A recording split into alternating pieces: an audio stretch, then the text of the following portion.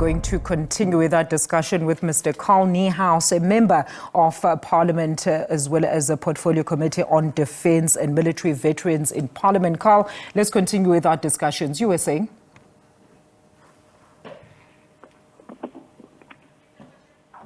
Carl, are you back with us? I hope I am. Yes, I can hear you now. Let's try again. Please go ahead.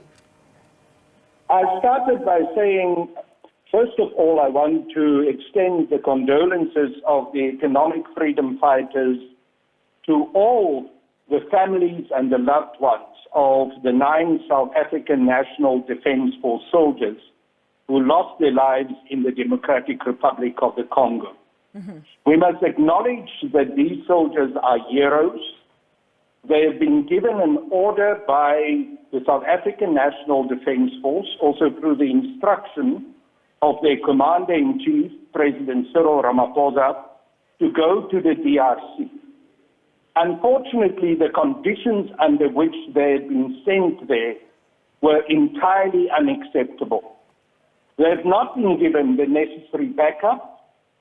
There are not enough resources in order for them to be able to effectively carry out their duties. There's no air protection. And sadly, we had to hear that last Friday, the soldiers actually ran out of ammunition. These are very, very serious problems. And we have raised, as the economic freedom fighters, our deep concern that the SANDF soldiers who have been sent to the DRC are not able to carry out their duties because government is not providing them with the necessary backup, the necessary munitional support, and also the necessary support in training. Mm-hmm. And as a consequence, they are unable to carry out those duties. And the South African government and President Ramaphosa and also the Minister of Defence and Military Veterans will have to take responsibility for this disaster and for this terrible loss of life. And then, Carl, I mean, do we even get assistance from these countries that we are assisting in terms of military aid?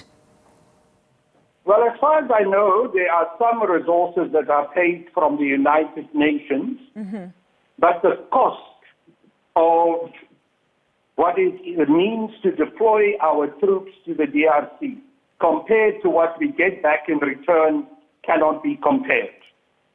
And the sad thing that we are faced with is that very necessary resources that are required in order to keep the South African National Defence Force functioning properly. And the SANDF is not doing well. It's in the throes of collapse. Its financial situation is dire. That even under those circumstances, some of those limited and already inadequate resources then get diverted to an operation such as this, and then there's not enough funds, there's not enough training, there are not enough necessary equipment, and we send our soldiers literally to die in the killing fields. And that's exactly... Yes, I wanted to say that the Commander-in-Chief of the Economic Freedom Fighters, President Julius Malema, last year on the 15th of February, and that's almost exactly a year ago, said that this situation is unacceptable, and he made a call for the SANDF soldiers in the DRC to be withdrawn immediately. We warned that there is a tragedy waiting, and that tragedy has been unfolding over the last year. Last year in 2024, there were over 10 soldiers that lost their lives, and now we have seen this tragedy. And this tragedy played itself out actually in the presence of the Minister of Defence and Military Veterans, who was on a visit in the DRC while it happened. And sadly, I understand that some of the troops were supposed to be protecting their fellow soldiers were withdrawn from the camps in order to provide protection to her.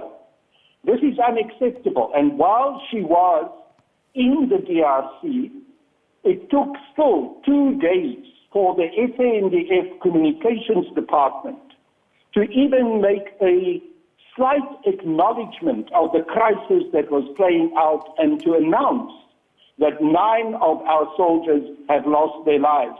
The minister has to account for this. The minister also has to account for how she just 5 days ago told us on SABC on national television that the SANDF troops are capable of dealing with any problem that is thrown at them, also including in the DRC. And she told that to our nation, which was a misrepresentation and a lie, while this disaster was already unfolding. Under the circumstances, with the lack of communication, the sense of callousness that one gets from the way in which the minister dealt with this issue and families were not informed, the EFF cannot do anything else but to call for the immediate resignation of the minister, and if she doesn't resign because she is incompetent, for President Cyril Ramaphosa to relieve her of her duties. But President Ramaphosa himself will have to take accountability because he has been told by the Commander-in-Chief of the EFF, by many and various statements of the economic freedom fighters, by myself, in statements in the National Assembly and to the Portfolio Committee on Defense and Military Veterans and the Joint Standing Committee on Defense, that there is a crisis in the DRC, that we cannot protect the safety of our SANDF troops there, that they have to be recalled.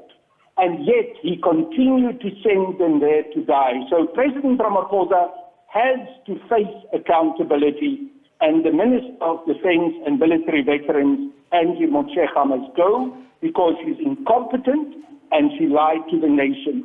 And finally, the Economic Freedom Fighters is calling for an emergency joint meeting of the National Assembly and the National Council of Provinces to discuss with President Ramaphosa in front of the nation so that there is full accountability what has happened here, why they allowed this to happen, and also to explain to us what the purpose is of our troops being deployed in the DRC. Because we hear it's a peacekeeping mission, but it seems that it is far more premised on trying to protect the mining activities of large multinational companies in the DRC that are mining very precious rare earth minerals which are needed for information technology, for the Western world and the United States of America to build computers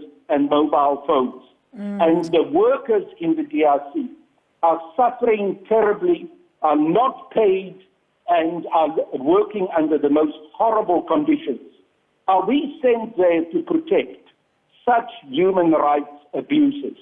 These are the questions that our government, and specifically the Commander-in-Chief of the South African National Defence Force, who's the President, will have to answer.